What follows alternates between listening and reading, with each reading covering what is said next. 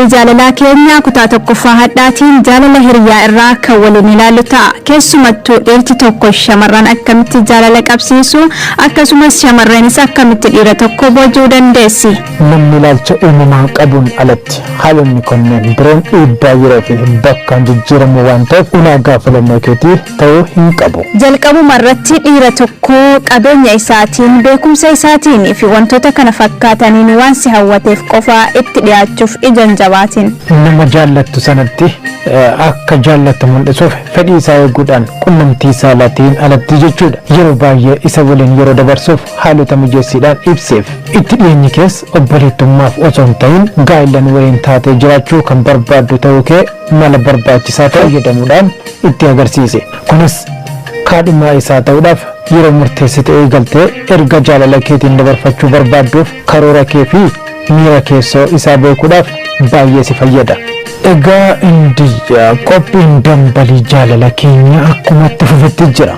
Jidduuttis sirboota dambalii jaalalaaf ta'an jennee qopheeffanne osoo dhaggeeffattoota keenya affeerree walitti deebinee hoo. Eeyyan egaa akkuma dhageessan Izaddiin sirba dambalii jaalalaa affeeraa haa deemnu jedhaa jira. Isinilleen sirba dambalii jaalalaa kana nuuf affeeramaa sirba booda walitti deebinu. Kanani jireenya keekee yoome alaala eegee obsuun dadhabee yennaa fidiraa murannoo garaa jaalallee torraa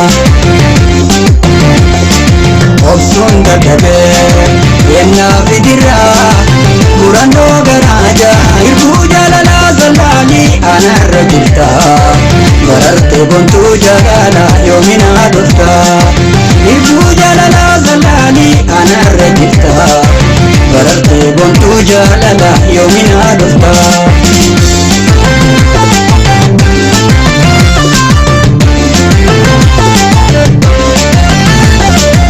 Sirba ce'umsaa booda walitti deebinee jirra. Turtiin keessan ammallee nu faana haa ta'u. Miira nama jaallachuuf hayyamtee hawwachuu akka dandeessuuf daddaftee fedhii isaa hubachuu qabda. Kana boodas fedhii fi miira isaatiif deebii kennuu akka dandeessuuf fageenya irraa miira jaalalaa fi fedhii isaa akka guddifatuuf haalota mijeessiif. Dhiira abbaa fedhayyuu ta'eyyuu hamma isheen dur baay'amtee firra darbe ishee irratti humna tokko gochuu waan hin dandeenyeef ofii kee irratti miidhaa geessisus ta'e cimina kee dhugaa baasisuu kan danda'u addunyaa kana irraa si qofa akka ta'e hin dagatin. Ilaalcha dubartoota irra jiru ilaalchisee dhiira cimaa kan keessayyuu dadhabinni dhokate jiraachuun isaa hin gaafachiisu. Kanaafuu dhiira tokkotti maxxanuun ayyama kan kee erga ta'e jalqabdee dadhabina isaa duukaa hin bu'in. Dadhabinuma isaa kanayyuu danda'uudhaan golguudhaan keessumattuu jajuu fi ajaa'ibsiifachuudhaan wajjin jiraachuu fi fedhii fi dandeettii jireenya isaa kenna godhee dhiheessuun illee isa haa ga'u.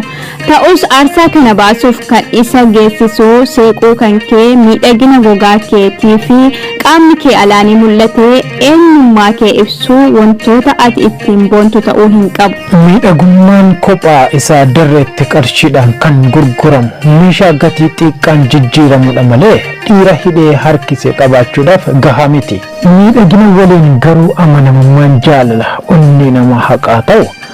Obsii fi beekumsi sabummaa ati qabdu amaloota ati ittiin beekamtu sifa ta'an. Eenyummaan kee amaloota kanaan gargaaramuudhaan jaalala keessa keetii akkana dhidhamma onnee qulqulluu keessa gadi isaaf yaa'uun dubbii dhugaa fi mi'aawaadhaan yeroo hundumaa miira isaa dadammaqsitee akka inni abjuun si jajuu fi si hawwu keessaa hin dammaqne gootee dhiira jaallattutti siqachuu fi ofitti butuuf yaali. Hayyeen kabajamtoota dhaggeeffattoota keenya maarree qophii keenya kanatti akka bashannanaa jirtan abdii qabna. Ammas sirba ce'umsaa kanas naffeerree walitti deebina. Turtiin keessan wajjin ajaa'iban bareedni keenya kulleetiyyaa naanuma amalee keenya siinuun addaan akka bunaa boontuutiyyaa naaraadhaan akkaateena.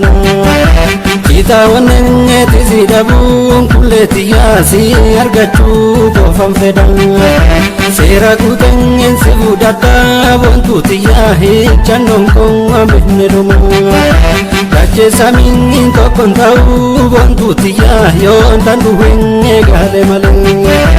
Ansin dhiisu ammaduma kulleetiyaa yoo du'eetoo baale malee.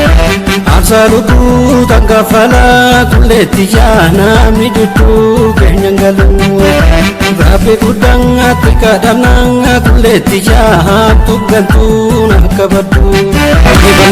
Mammaara maamuka jeekaa ijoollee dhagaa marguu gattiraani na booddisa malaan beekaa ijoollee hanqabame jaalalaani hanga durjiisa miira kulle yaahuu tooftuu makkaloomi adda fagaanne jiraachuun taane waliin galuu jenneeni ilillinni irra daraaree kunu siisibbistee ballamiini yaaddoon keenaatti hammaatee maaloo nyaabooraa ekoo garaani faayomtee bareeddee yaadaan kulle ija godhuuraan adeemta nammiidhamee jaalalaanii maaloo yommuu yaala keetiin adeemta. Gaan sirba dambalii jaalala keenya booda walitti deebinee jirra. Gara qophii keenyaatti yogguu deebinu shamarri kenna qarshii fi baay'ina qabeenya isaatiin boojamte dhiira tokkotti siqachuu yookiin jaallachuu ni dandeessi ta'a. Qarshiin kennaa uumamaa siif kenname ol siif kaasuu hin danda'u. Hinumaayyuu si madaalchisa, shaqaxa si taasisa. Kanaaf iyyuu kanatti jaallattuu fi itti dhiyaattu eenyummaa isaati malee faayidaa isarraa argattuuf ta'uu hin qabu. Jaalalli shaqaxaa qarshiin itti baasamee bitamuu danda'u miti. Erga gaa qarshii fudhattee booda walitti dhufeenyi lamaan keessan gidduutti ta'uu madaala jaalalaatiin madaalamuu hin danda'u. Eeyyee dargaggeessa tokko jaallattee gara kaadhimaatti seenta boodas eeboo fedheewwan adda addaatiin jaalala ijaartanii hidhaa jaalalaa umurii guutuutti otoo waliin darbin dura gaaffiiwwan barbaachisoo ta'an tokko tokko deddeebitee mataa kee gaafachuun deebii quubsaa argachuu qabda.